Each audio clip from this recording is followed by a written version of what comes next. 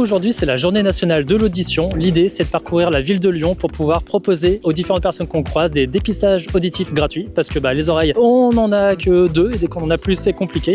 Et du coup, de pouvoir sensibiliser sur les risques vis-à-vis de l'audition, que ce soit en concert, que ce soit dans la vie de tous les jours, que ce soit même au boulot. Et puis voilà, ça va être pas mal, ça va bien se passer.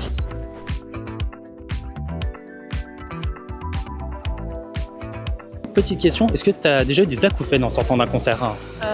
Oui, je pense. J'avais fait Youngblood. En sortant de concert, oui, j'en ai déjà eu. Ouais, oui, en sortant de concert, oui, j'en ai déjà eu. C'était Ayam, Radiant. Et du coup, tu disais, tu as eu des acouphènes pendant combien de temps? Je pense la soirée un peu, et après c'est un peu passé avec les jours. Non. Mais j'ai des acouphènes à cause de la musique, je pense que j'écoute trop fort. Des fois j'en ai. Mais... Ça joue pas mal aussi. Ouais, T'écoutes quoi? J'écoute du rap. Faut l'écouter moins fort, madame. Voilà, c'est la techno. c'est clairement la faute à la techno. Des acouphènes, non, jamais. Ça m'est déjà arrivé quelques fois. Après, j'ai pas fait énormément de concerts, mais ça m'est déjà arrivé. Et est-ce que tu portais des bouchons d'oreille alors? Pas tout le temps. En fait, c'est à partir du moment où j'avais quelques douleurs qui commençaient à arriver que là, je mettais des boules caisses pour me protéger un peu, mais sinon, j'en mets pas tout. Oui. J'ai fait énormément de concerts, du coup, surtout du rap. J'ai fait Travis Scott en sortant. Oui, forcément, oui. Ouais, donc oui, ça m'arrive souvent. T'es positionné où normalement en général dans la scène? Devant. Donc il y a littéralement 1 mètre des enceintes, très bien. Donc on va commencer déjà par des bouchons d'oreille, ce sera très bien.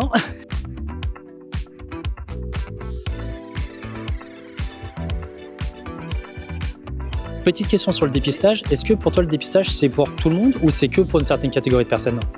Bon, en vrai, pourquoi pas pour tout le monde, franchement. Ouais, mais pour les personnes âgées, c'est mieux quand même. Ouais, faudrait que prioriser Plus pour les personnes âgées. Ouais. Mais finalement, quand on voit que quand on sort soit de boîte, soit quand on écoute trop fort, on a déjà des acouphènes, est-ce que finalement ce serait pas mal non plus pour les plus jeunes ou... Ouais, franchement, ça peut être bien pour suivre et tout, Ouais, je si pense, jamais. vers les 20 ans, Ouais. quand on sort beaucoup, c'est mieux d'en faire vers 20 ans. Ouais.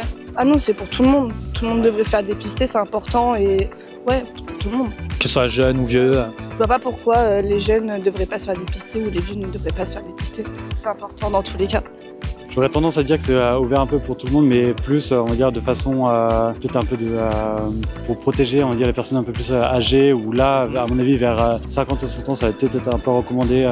Naturellement, je dirais certaines tranches d'âge, ouais. D'accord. Laquelle surtout? Les personnes âgées, de base, ouais. Honnêtement, moi, personnellement, j'aurais jamais pensé à faire ça de moi-même. Et du coup, est-ce que ça te dirait de tester, d'en faire un justement de dépistage? C'est gratuit, ça prend 5 minutes et c'est juste à côté, ça te dirait? Eh bah feu, c'est parti.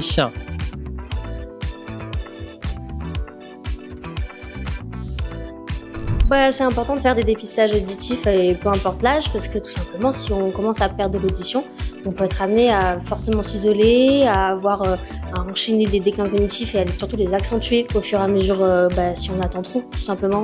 Concrètement c'est assez simple, on pose juste au début des questions pour connaître un petit peu les antécédents auditifs qu'il a pu avoir dans la famille, etc. Puis ensuite on passe sur un petit test qui est très rapide. On entend des petits bips.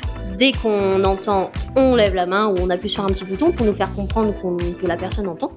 Ça nous donne un seuil d'audition auquel on peut du coup savoir si la personne a une perte d'audition. Mais dès qu'il y a un souci aux oreilles, il vaut mieux aller voir un ORL, il sera plus apte à répondre à ces problèmes. Bon Louana, test passé, comment tu l'as ressenti?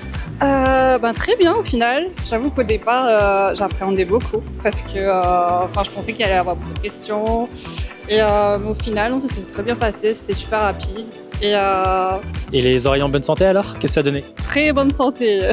Trop cool. Oui. Alors ça y est, fin de journée, un peu creux, mais du coup t'en as pensé quoi cette journée? Dans l'ensemble, on est agréablement surpris parce qu'on a pu se rendre compte que les personnes étaient relativement bien sensibilisées à la santé auditive. On a eu pas mal de personnes qui avaient soit déjà fait des tests auditifs, soit qui savaient que c'était important de porter des bouchons d'oreilles dans les milieux bruyants, qui le mettaient pas toujours en place, mais qui en avaient quand même au cas où si vraiment ça devenait trop insupportable. Donc il reste encore des choses à faire, mais dans l'ensemble, ça commence à prendre la sensibilisation auditive.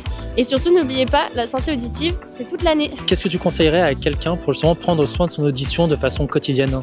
Quelques conseils simples, parce qu'on sait qu'on écoute tous par exemple beaucoup de musique. Ouais. Donc pensez à varier les supports, bien penser à faire des pauses auditives. On essaye toutes les heures de faire 5 à 10 minutes de pause au niveau de ses oreilles pour permettre de un peu reposer et revenir à un calme sonore. Et puis porter des protections auditives quand on n'est pas en mesure de gérer le niveau de son, donc par exemple festival ou au cinéma. Donc du coup, plein de petites actions finalement pour pouvoir protéger ses oreilles. Et aujourd'hui, on a eu la journée nationale de l'audition, mais est-ce qu'il y a d'autres opérations qui sont prévues sur le reste de l'année? Alors vous pourrez nous retrouver pendant l'été sur tout ce qui est festival et concerts. On a également la semaine de la santé auditive au travail face à la rentrée. Des actions qui sont mises en place toute l'année pour la prévention de la santé auditive. Merci beaucoup et tout ça pour dire protégez bien vos oreilles, que ce soit en concert, que ce soit au travail, que ce soit dans la vie de tous les jours, parce que des oreilles on n'en a que deux, c'est comme les jambes. Donc faites attention à vous et à très bientôt.